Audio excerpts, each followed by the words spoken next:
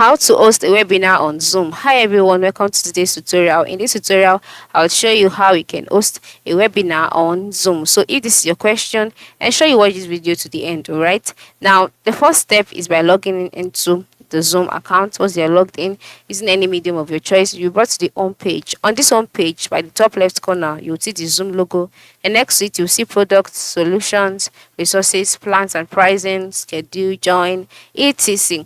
As you can see all of this, the next step is to move to the left side of the screen.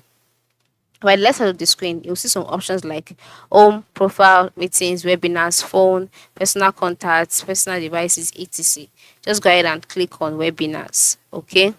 After clicking on webinars, you will be brought to the webinars page. On this page, you would see that my webinars are empty, all right, and you can see that a write-up saying that to have webinars I have to upgrade. That is, webinars is not allowed or is not available on the basic version of Zoom. For you to host webinars on Zoom, you would have to use the paid version. All right. So if you are interested, just click on upgrade now, and then you'll be redirected to another page where you can now buy the paid products. All right.